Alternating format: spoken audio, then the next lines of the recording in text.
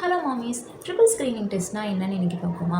So இது வந்து பார்த்திங்கன்னா பேபியோட டவுன் சிண்ட்ரோம் எந்த அளவுக்கு இருக்குது, அதாவது பர்த்துக்கு முன்னாடியே சில பேபிஸ்லாம் பார்த்திங்கன்னா பிறந்ததுக்கப்புறம் க்யூர் பண்ண முடியாத டிசீஸில் இருப்பாங்க. ஸோ அந்த மாதிரிலாம் எதுவும் இருக்கக்கூடாது. ஸோ பேபி நல்லா ஹெல்த்தியாக இருக்கா இல்லையா அப்படின்றத நம்ம வந்து ப்ரெக்னெண்ட்டாக இருக்கும்போதே கண்டுபிடிக்கிறதுக்காக தான் இந்த ட்ரிபிள் ஸ்க்ரீனிங் டெஸ்ட் அப்படின்னு. இது வந்து மேக்ஸிமம் யாருக்கு ரெக்கமெண்ட் பண்ணுவாங்கன்னா, ஹஸ்பண்ட் ஒய்ஃப் 2 பேரும் ரொம்ப ரத்த சம்மந்தமாக இருக்கவங்களுக்கு ரெக்கமெண்ட் பண்ணுவாங்க. ஸோ இல்லை அப்படின்னா யாருக்காவது ஏதாவது ப்ராப்ளம் இருக்குது, ஸோ ஃபேமிலி ரிலேட்டடாக ஏதாவது ஜீன் ப்ராப்ளம் இருந்துச்சுன்னா குழந்தைக்கு அது அஃபெக்ட் ஆகாமல் இருக்கிறதுக்காக இந்த டெஸ்ட் எடுக்க சொல்லுவாங்க.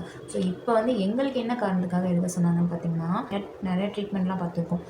ஸோ வந்து ஏதாவது ஒரு பை சான்ஸ் இந்த டவுன் சிண்ட்ரோமும் இருக்கா அப்படின்றது இது வந்து நம்மளோட விருப்பம் தான். நீங்கள் எடுக்கணும்னு நினச்சிங்கன்னா தாராளமாக எடுக்கலாம், இல்லை ஸ்கிப் பண்ணிக்கலாம். எல்லோரும் எடுக்கணும்னு அவசியம் இல்லை. பட் இதில் தெரிஞ்சுக்க வேண்டியது என்னென்னா, இந்த ட்ரிபிள் ஸ்க்ரீனிங் டெஸ்ட் மூலயமா உங்கள் பேபியோட ரிஸ்க் எந்த அளவுக்கு இருக்குது.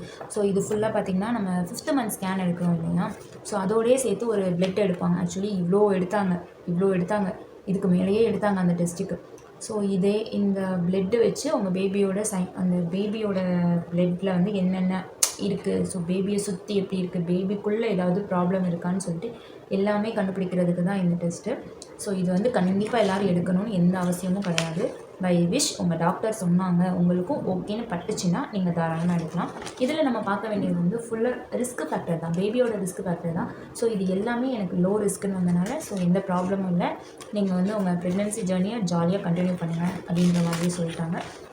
இது இது ஜஸ்ட் நம்ம பேபி உள்ளே இருக்கும்போது எந்த அளவு ஹெல்த்தியாக இருக்காங்கன்னு நம்ம தெரிஞ்சுக்கிறதுக்காக தான்.